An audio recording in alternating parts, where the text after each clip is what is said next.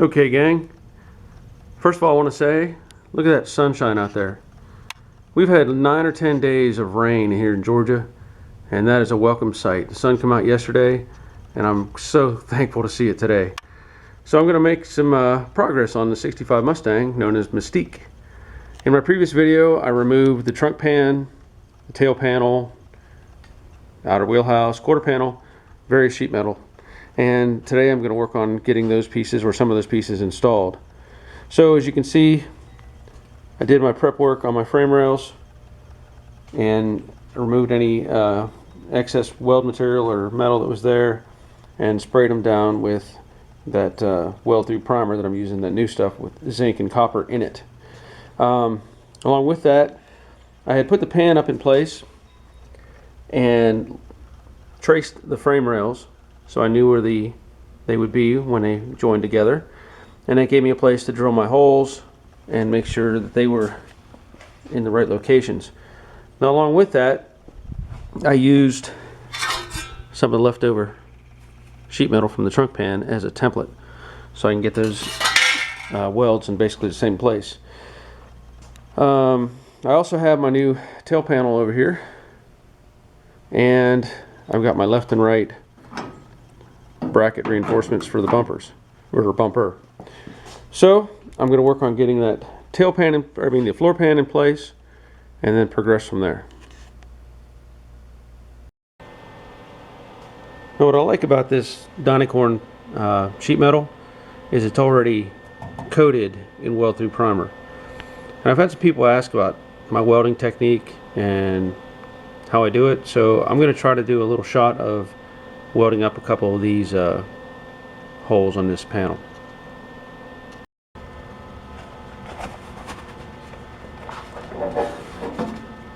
Now when I do this, I start at the edge and I work my way around the perimeter of the hole and then come back into the center.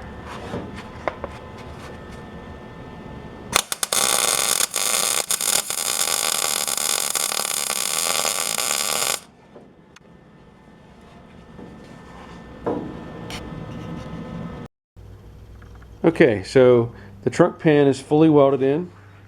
I'm very happy with how it turned out.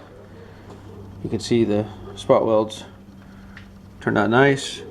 I did weld that perimeter as I talked about, as I would do, and the other welds down the other side. And of course I did the end pieces and also the bottom.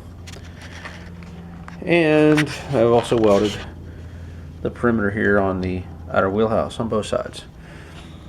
What I'm starting to do at this point is fit this piece, this outer wheelhouse. And I'm running into a little bit of a situation that I'm trying to figure out. I'm working this out as I go. As you can see, I've got pieces cut out and I've cut off that front flange area.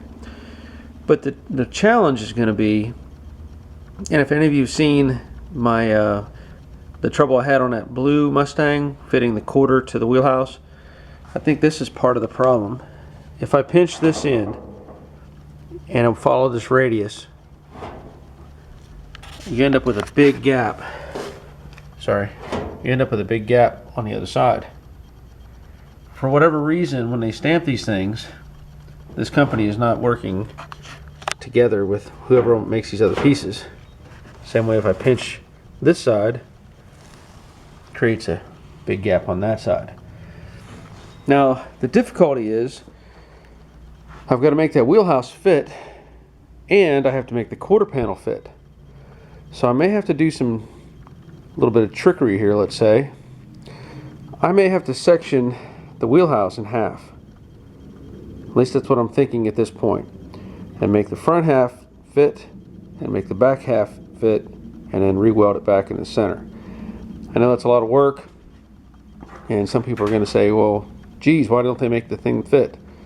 Well, I wish it was that simple. So just some of the things you have to deal with on these cars, because not all these pieces are as good from one manufacturer to the other. So that's kind of where I'm leaning right now, is making two pieces out of that wheelhouse.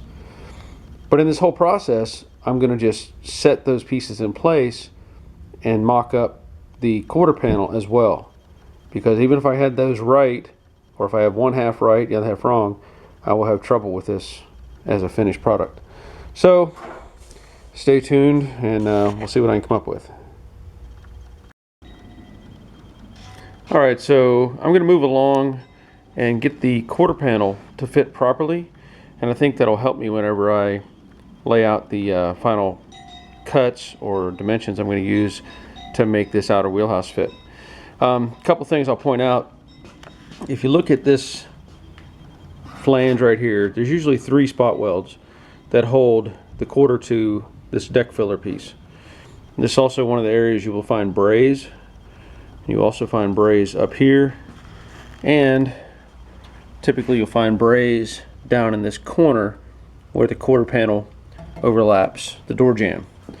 There will also be a series of spot welds inside here that you have to get loose, and of course the perimeter spot welds at the door jamb.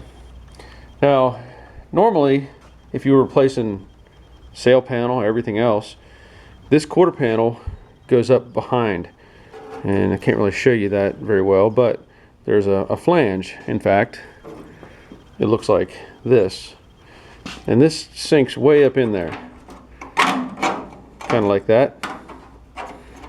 Sorry. And the sail panel or roof panel assembly overlaps that. I don't want to cut into that because there's too many things to move to make this come up behind there.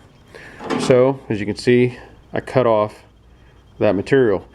Now I did come out of this curve just a little bit and cut this off pretty much square, and then angled it back up into this panel here. And I'm basically doing the same thing with the quarter piece that I removed.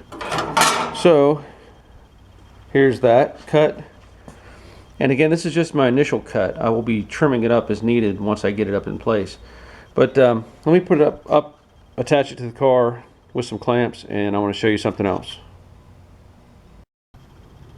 Okay, so the quarter panel is just roughly set in place.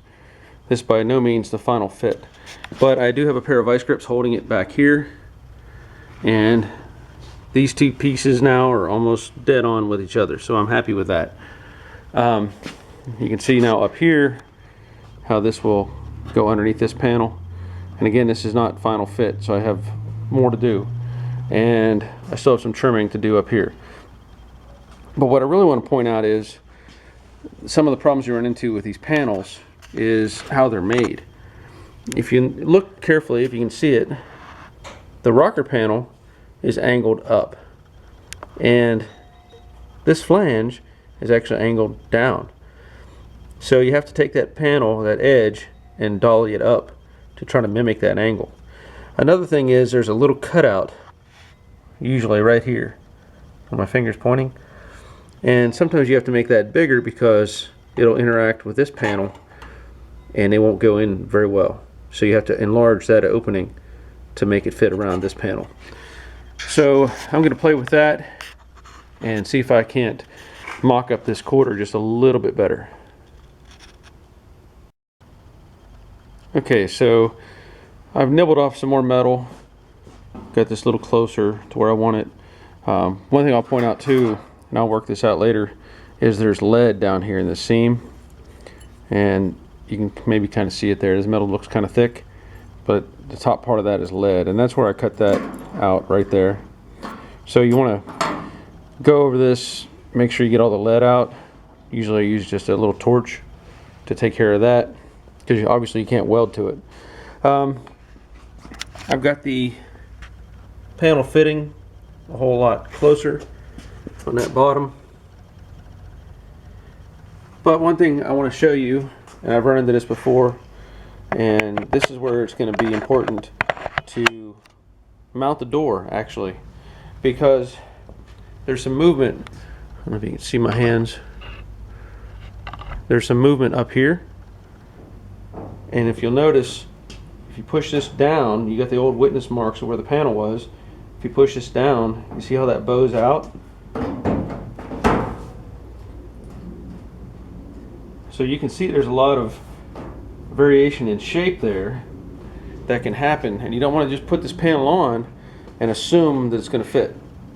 So I highly recommend, and this is what I'm going to do, is I'm going to remount the door so that I can latch the door shut and then use that as my guide for final placement of the quarter panel. Beyond that, I'm just going to continue on mocking it up, make sure things fit right, and then I'll get back to working on those the outer wheelhouse.